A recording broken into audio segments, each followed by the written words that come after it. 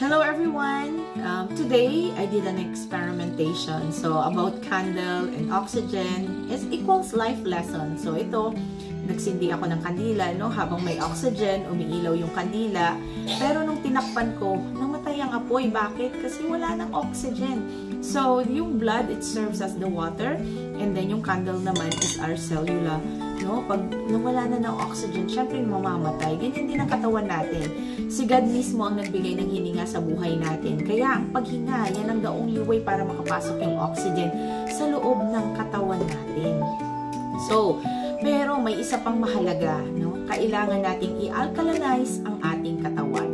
Ang katawan natin kasi ay may pH level. Kasi syempre hininga ni God yung binigay sa atin. That's a lot of hydrogen, lahat na ng nutrients, no? Ibig sabihin, no, yung pH, potential of hydrogen, ito ang sukatan kung acidic ba or alkaline ba ang body mo, o buong katawan mo.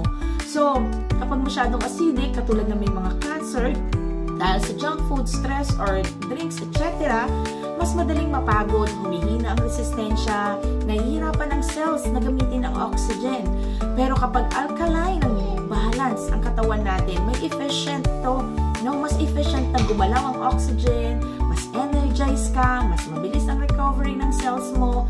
So, paano ba natin matutulungan ang ating cells sa katawan?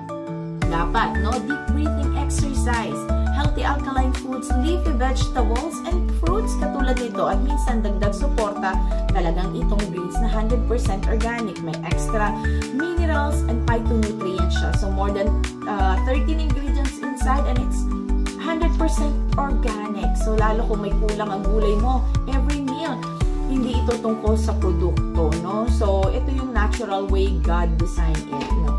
Plus, kung oxygen plus pH balance equals may buhay, may sigla, malinaw. So, let your inner light keep shining.